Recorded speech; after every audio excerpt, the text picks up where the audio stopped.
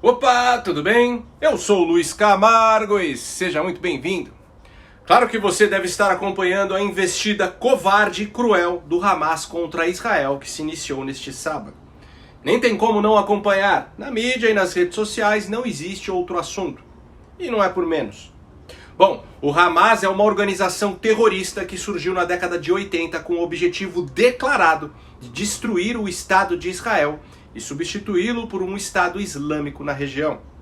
A organização faz parte de uma aliança regional que inclui o Irã, a Síria e o grupo islâmico xiita Hezbollah no Líbano.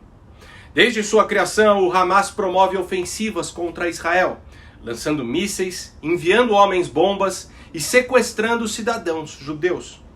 Durante os conflitos, o Hamas costuma se utilizar de civis palestinos como escudos humanos, costuma trancar as saídas de Gaza, impedindo que os civis fujam, onde muitos morrem no contra-ataque israelense, justamente para provocar comoção na imprensa ocidental.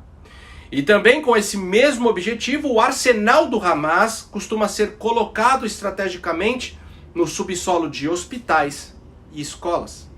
O lema do Hamas é: nós amamos a morte tanto quanto os judeus amam a vida. Pessoal, antes de prosseguirmos com este assunto delicado, já deixe o seu like no vídeo e um comentário qualquer, nem que seja só um alô mesmo, pois isso faz com que a plataforma entregue o vídeo para mais pessoas. Aproveite também e confere se você continua inscrito no canal, acione o sininho das notificações e se for novo por aqui, me dê essa moral e se inscreva no canal. Feito? Então vamos lá. Infelizmente, neste mesmo fim de semana dos ataques, Israel foi palco de uma grande rave chamada Tribe of Nova, que reuniu mais de 3.000 pessoas de vários países. No entanto, a rave foi realizada em um território rural próximo da faixa de Gaza.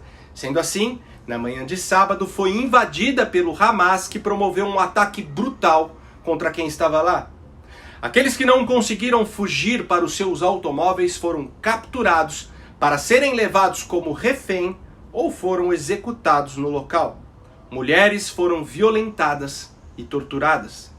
Quando as equipes de resgate israelenses chegaram no local, encontraram quase 300 corpos espalhados pelo chão. O vídeo que circulou nas redes sociais, onde terroristas desfilam pela cidade com um corpo seminu de uma mulher, foi da jovem alemã Shani Nicole Luke, de 22 anos. Ela estava na rave. Shani foi identificada pela mãe por conta de uma tatuagem que possuía na perna. Pelo que consta, ela está viva, mas encontra-se internada em estado grave. Imagine o que esses monstros não fizeram com ela. O brasileiro Hanani Glazer, que estava desaparecido desde sábado, também estava na rave e infelizmente foi encontrado morto. Ele tinha 24 anos de idade e era natural do Rio Grande do Sul. Morava em Israel há 7 anos e prestou serviço militar no país. Hanani chegou a gravar um vídeo diretamente de um bunker, onde se abrigou logo após o ataque começar. No meio da rave a gente parou num bunker, começou uma guerra em Israel. Pelo menos a gente tá num bunker agora, seguro, olhando, esperar dar uma baixada nisso. Mas cara, foi cena de filme agora, a gente correndo quilômetros pra achar um lugar pra se esconder, velho. Entre os desaparecidos da festa também foi encontrado o corpo da jovem brasileira Bruna Valenu. Ela era do Rio de Janeiro e sua última comunicação com a família aconteceu no sábado por volta das 9 horas da manhã. Ainda há uma brasileira desaparecida, Carla Steltzer Mendes. Bom, desde o Holocausto, nunca mais tantos judeus foram mortos em um único dia por serem judeus. Enquanto eu estou gravando esse vídeo, civis israelenses desarmados estão sendo perseguidos, sequestrados e assassinados friamente por terroristas fortemente armados. Nesta terça-feira, no kibbutz de Kfar Aza, no sul de Israel, foram encontrados corpos de 40 bebês. Segundo os soldados israelenses, vários deles estavam decapitados. De acordo com o Wall Street Journal, esse foi o mais violento ataque contra o território israelense em 50 anos. Ainda segundo o jornal, membros da Guarda Revolucionária do Irã começaram a trabalhar com o Hamas em agosto para organizar essa investida contra Israel. E em um encontro que aconteceu na última segunda-feira em Beirute, no Líbano, lideranças iranianas deram a autorização para o ataque deste sábado. O plano da Guarda Revolucionária seria criar ameaças a Israel em várias frentes. No norte, os israelenses seriam atacados pelo Hezbollah, o que já aconteceu neste domingo. E no sul, pelo Hamas e pela Frente de Libertação da Palestina. O líder supremo do Irã, o Ayatollah Ali Khamenei, fez declarações públicas sobre os ataques. Ele afirmou que o regime sionista será erradicado pelas mãos do povo palestino e por todas as forças de resistência na região. Bom, no sábado, Lula publicou uma nota no Twitter, como quem pisa em ovos, repudiando os ataques, mas ignorando que os atos confrontam o Estado israelense e não se tratam de ações isoladas. No texto ele não cita, muito menos condena o Hamas. O presidente também lamentou a morte do brasileiro em Israel, mas novamente não citou o Hamas.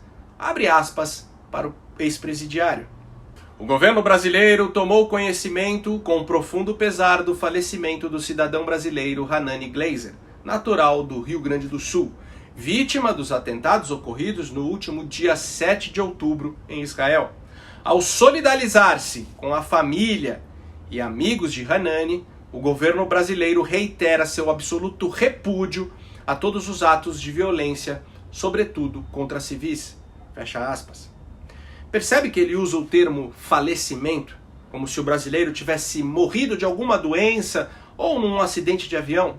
Tudo para não chamar os assassinos que integram o Hamas de terroristas.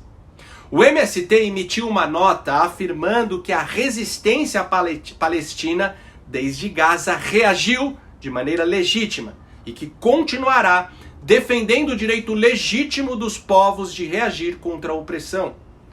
Seguindo o mesmo padrão de canalice e complacência do presidente, omitiu o nome do Hamas e não distinguiu o grupo terrorista dos palestinos inocentes. Lembrando sempre que uma coisa são os palestinos, outra coisa são os grupos terroristas que se valem dos palestinos para disseminar o terror. Ao primeiro, nosso mais sincero respeito. Ao segundo, todo o nosso repúdio. Mas enfim, a grande verdade é que o apoio da esquerda aos grupos terroristas do Oriente Médio é público e notório. Veja este vídeo de um porta-voz do Hamas que foi entrevistado pelo Brasil 247 em 2021. I have to say that we are really appreciating the Brazilian support along years and years of history to our people here. It started years ago, and in particular during the presidency of President Lula, it was a great and strong support to our cause. Bom, assim que se deu o resultado das eleições ano passado, o Hamas parabenizou Lula pela vitória. Como você já deve saber, uma das primeiras medidas da política externa do ex-presidiário foi permitir que navios de guerra iranianos atracassem em nossa costa, causando inclusive uma tremenda indisposição com os Estados Unidos. Mas não só isso. Lula acusou o governo americano de inventar terrorismo no Irã. Em novembro de 2021, deputados do PT, PSOL e PCdoB assinaram um manifesto em defesa do Hamas. O documento condenava a secretária do Interior britânica, Priti Patel, por querer incluir o Hamas na lista de organizações terroristas. Entre os canalhas apoiadores do Hamas estavam figurinhas como Érica Cocai, Jandira Fegali, Sâmia Bonfim, Talíria Petroni, Orlando Silva, Ivan Valente, Zeca Dirceu e o ministro da Secretaria de Relações Institucionais do governo Lula, Alexandre Padilha. E quem não se lembra da Gleisi Hoffmann pedindo ajuda ao mundo árabe quando Lula foi preso? Senadora Gleisi Hoffmann, presidenta do Partido dos Trabalhadores, e me dirijo ao mundo árabe através da Al Jazeera para denunciar que o ex-presidente Lula é um preso político em nosso país. Lula é um grande amigo do mundo árabe. Por mais inacreditável que seja, até a Globo, em um lapso de bom senso, assumiu a ligação do PT com o Hamas. Esse momento para fazer um esclarecimento sobre um termo que eu usei ontem aqui no Em Ponto, quando comentei a omissão do nome do Hamas na nota oficial do governo brasileiro, que condenou os ataques terroristas em Israel. Eu disse que o tema era sensível porque parte do PT tem ligação com essa organização palestina. Mas mais preciso teria sido dizer que parte do PT apoia ou tem simpatia pelo Hamas, como, aliás, já explicitou em algumas oportunidades. Guilherme Boulos, que aspira a ser prefeito de São Paulo, é um notório defensor do Hamas, que, segundo ele, é um grupo de resistência e não uma organização terrorista. O invasor de terras até já viajou para a Cisjordânia em nome da causa palestina. Agora, preste atenção nesta foto. Este sujeito, ao lado de Boulos, é um apoiador do Hamas e do Hezbollah. Seu nome é Said Tenório. Essa semana ele debochou de forma cruel de uma mulher israelense que foi raptada, torturada e provavelmente violentada pelos integrantes do Hamas. Nesta foto, vemos o simpatizante de terroristas com o Alexandre Padilha e nesta outra com o ministro dos Direitos Humanos, Silvio Almeida. Said é colunista do blog esquerdista Brasil 247 e até fazer esse infeliz comentário trabalhava como assessor parlamentar do deputado Márcio Gerri do PCdoB. O deputado já foi secretário de Flávio Dino no Maranhão. Funcionário como esse não pode fazer parte dos quadros da Câmara dos Deputados. Essa foto aqui, ó, dessa jovem sequestrada, ele fez o seguinte comentário: isso é marca de merda. Se achou nas calças. Nós fizemos um ofício para a presidência da Câmara, para o deputado Márcio Gerri, aqui, como a gente falou ali, deixando as posições de lado. Um servidor desse não pode merecer trabalhar na Câmara dos Deputados. Bom, até agora fiz um apanhado geral de tudo que acompanhamos desde sábado, quando o Hamas atacou Israel.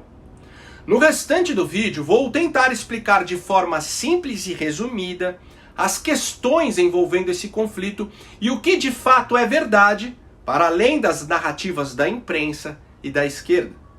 Também vou desmentir as principais falácias sobre a atuação de Israel. E por fim, vamos juntos entender por que a defesa e o apoio a grupos terroristas islâmicos fazem parte da agenda esquerdista. Afinal, por que raios Lula, Boulos e todos esses canalhas são incapazes de repudiar o Hamas?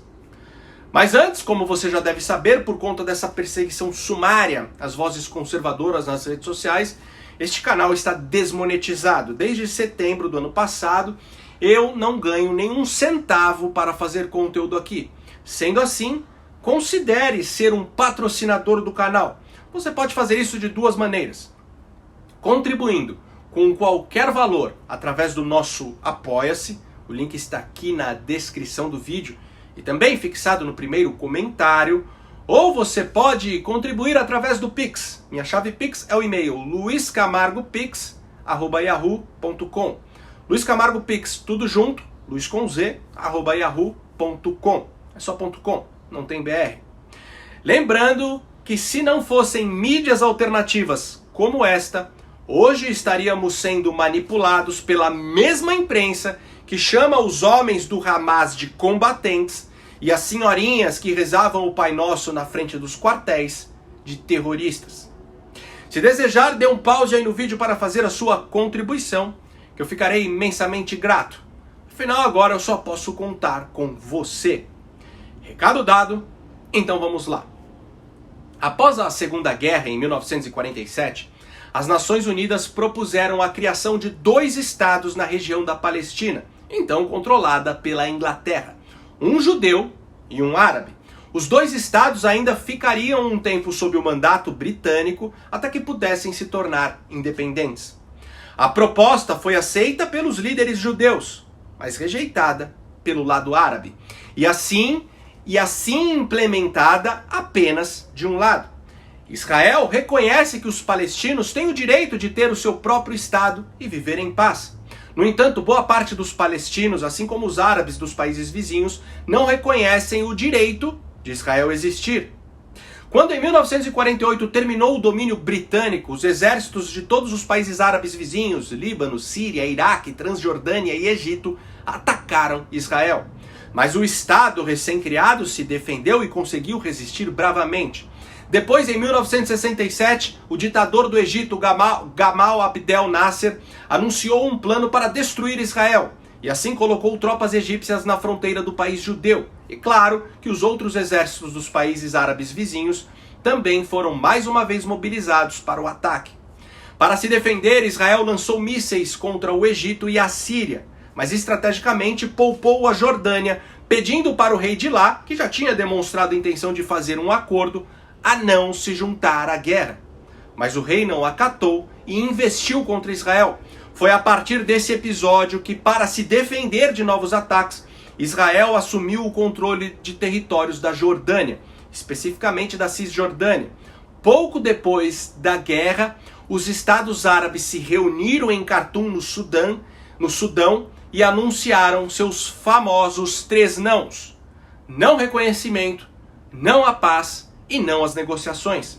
Uma década depois, em 1978, Israel devolveu toda a península do Sinai, uma área de terra maior do que o próprio Estado de Israel e ainda com petróleo, para o Egito, que sob nova liderança aceitou assinar um acordo de paz, o que demonstra toda a disposição de Israel em buscar a paz. E com os palestinos não é diferente. Tudo o que eles sempre tiveram que fazer é reconhecer Israel como um Estado judeu independente. Ainda nas inúmeras tentativas de paz, no ano 2000, Israel propôs entregar para os palestinos um Estado soberano em mais de 95% da Cisjordânia e toda a área de Gaza. Mas a liderança palestina rejeitou a oferta e ainda respondeu enviando hordas de homens-bombas para Israel. Enquanto isso, as rádios, televisões e as escolas palestinas promoviam e glorificavam esses homens-bombas e repetiam diariamente que Israel deveria ser obliterado. Mesmo assim, em 2005, a faixa de Gaza foi toda recuada por Israel e entregue à soberania da autoridade palestina sob o comando do Fatah, que até então apresentava aí uma certa disposição em construir a paz. Mas o grupo terrorista Hamas iniciou uma guerra civil e expulsou o Fatah e a autoridade palestina de Gaza, tomando o poder em 2007. Desde então, com a desculpa de libertação do povo palestino, o grupo terrorista mantém sua população subjugada. Parafraseando o Golda Meir, a verdade é uma só: se os palestinos baixarem as armas, haverá paz. Se os israelenses baixarem as armas, não haverá mais Israel. E é por isso que Israel precisa se defender, mas para isso é inevitável contra-atacar. Caso contrário, os estados árabes tomariam a região e os terroristas dizimariam todos os judeus. Só um canalha relativiza o conflito como se os dois lados estivessem em equilíbrio. A prova é que Israel tem poderio bélico e militar para dizimar toda a Palestina em um único dia. Porém, isso nunca aconteceu. No entanto, se o outro lado tivesse esse mesmo poderio, Israel já teria sumido do mapa há muito tempo. Mas enfim, como falei, vamos agora desmascarar algumas das falácias que são contadas pela esquerda para condenar Israel e relativizar as atrocidades cometidas pelo Hamas. A primeira e mais disseminada é que há décadas ninguém pode entrar ou sair da faixa de Gaza devido ao bloqueio imposto por Israel. Mentira! 20 mil residentes em Gaza cruzam diariamente a fronteira para trabalhar em Israel, onde o salário para o mesmo trabalho chega a ser até 7 vezes mais alto que em Gaza. Além disso, todos os dias entram em Gaza centenas de caminhões que levam materiais de construção, autopeças, alimentos, veículos, produtos químicos, combustíveis, etc. e volta com produtos de Gaza para o mercado israelense, tais como produtos agrícolas, pescados e têxteis. A segunda falácia é que o povo de Gaza há décadas vive sobre um brutal regime militar imposto por Israel. Essa é bem fraquinha. Basta dar um Google para descobrir que desde 2005, quando Israel evacuou a área, Não há policial israelense, soldado israelense, político israelense ou mesmo cidadão israelense em toda a extensão da faixa de Gaza. Toda a população, assim como toda a liderança, é 100% palestina. E se a população vive sob um regime brutal, é exclusivamente por causa do Hamas. A terceira falácia é que Israel promove um apartheid étnico na região, o que é absolutamente ao contrário.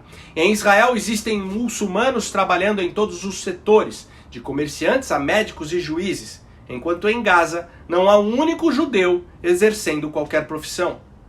Bom, mas voltando ao atual conflito iniciado pelo Hamas, isso sempre tem que ficar claro, iniciado pelo Hamas. Na manhã de domingo, as forças do Hezbollah lançaram mísseis no norte de Israel, na fronteira com o Líbano. Israel respondeu aos ataques disparando artilharia contra a área do Líbano, de onde o ataque se originou. O envolvimento ativo do Hezbollah no conflito acende um sinal vermelho para uma iminente guerra envolvendo todo o mundo árabe contra Israel. O Hezbollah é apoiado política e financeiramente pela Rússia, pela China e até pela Coreia do Norte. Ou seja, se esse conflito escalar, pode descambar em uma terceira guerra mundial, onde de um lado teremos os aliados Estados Unidos, Inglaterra, União Europeia e Israel, e do outro lado o novo eixo do mal, formado por Rússia, China, Coreia do Norte e todos os países islâmicos. Aí eu te pergunto, com Lula, de que lado você acha que o Brasil ficaria nessa história? Conforme o professor Olavo de Carvalho ensinou, existem 3 forças históricas que disputam o protagonismo da ascensão de um governo global. O russo-chinês, chamado eurasiano, o ocidental, chamado de globalista, e o islâmico. No primeiro caso, temos um poder político-militar, que é a elite governante da Rússia e da China. No segundo caso, temos um poder econômico, que é a elite financeira ocidental, tal como representada no Clube Bilderberg. Estes estão no controle da ONU e da OTAN. E por último, temos o poder religioso, que é a fraternidade muçulmana, representada pelas lideranças religiosas de vários países islâmicos. As concepções de poder global que estes 3 agentes se esforçam para realizar são muito diferentes entre si, pois brotam de aspirações completamente heterogêneas. E embora as relações entre eles sejam de competição e disputa, e às vezes até militar, existem áreas de fusão e colaboração mútua. Hoje, se olharmos para os movimentos da Rússia, da China e dos países árabes, é muito claro percebermos uma atuação conjunta e efetiva dos eurasianos e da fraternidade muçulmana contra a civilização ocidental. Temos que entender que os valores morais, a cultura e a religião da nossa civilização são os maiores obstáculos para todo e qualquer movimento revolucionário que queira reorganizar o mundo. E é por isso que tanto fundamentalistas islâmicos quanto os comunistas querem destruí-la. E um se valerá do outro sempre que esse for o objetivo. Israel nada mais é que um verdadeiro oásis da civilização ocidental, bem no meio do Oriente Médio. E isso é inaceitável para eles. Se você gostou desse vídeo e acha esse tipo de conteúdo importante, ainda mais com toda essa perseguição às vozes conservadoras, considere de verdade ajudar a manter esse canal em plena atividade. Pode ser com qualquer valor. Minha chave Pix é o e-mail luiscamargopix@yahoo.com. Luiz Camargo Pix tudo junto, Luiz com Z, @yahoo.com. Não tem BR. Ou se preferir, o link do nosso Apoia-se está aqui na descrição do vídeo. No mais, curte e compartilha ao máximo esse vídeo. Não esquece de deixar aquele comentário esperto para ajudar aí na relevância. E me segue em todas as redes sociais, no Instagram, no Twitter, no Facebook, no Telegram e no Rumble. @LuizCamargoVlog. Então até o próximo vídeo. Valeu!